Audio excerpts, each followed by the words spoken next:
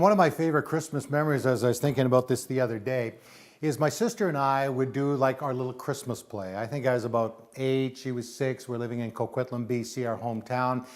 And so we'd take some time downstairs to practice, and then we'd call mom and dad down, and Shar would go get one of her little dolls, and then we'd act out the manger scene.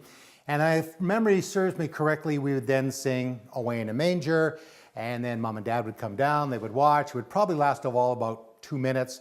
Mom and dad would all be enthusiastic and clapping, and then we would go on and open our first Christmas present on Christmas Eve, and then we open the rest of the Christmas presents at the middle of the night. Actually, we could hardly sleep, we were so excited.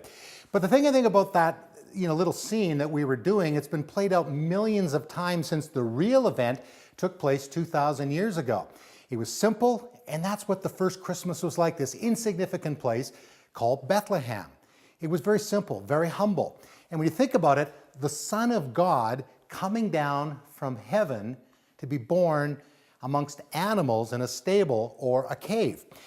And then so a few centuries later, a guy by the name of Paul, the Apostle Paul, he wrote half the New Testament, he would use that event to talk about humility. Now, no doubt in the church in Philippi, he was writing to the Philippians, and there was probably pride in the church. And so he wants to give the best example he can about what true humility looks like. So he uses this amazing event, again, God coming to the earth, and he writes in the second chapter of Philippians, starting at verse 5, "Your attitude should be the same of that of Christ Jesus, who being in the very nature God, did not consider equality with God something to be grasped, but made himself nothing, taking the very nature of a servant, being made like in human likeness."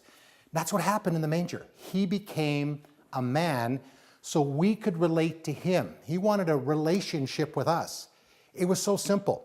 It wasn't filled with consumerism. It wasn't filled with religious items and all these other things.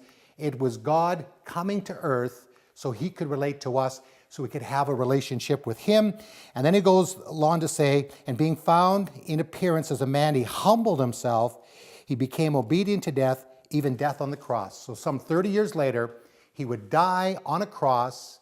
He would shed his blood so he could have a personal relationship with us and us with him. I can't think of a better day to make that decision to follow Jesus. God became man so he could have a relationship with you. Today would be an amazing day to do that. We have amazing prayer partners standing by. They're giving up their Christmas so they can talk to you and introduce you to the one that was God and man, Jesus.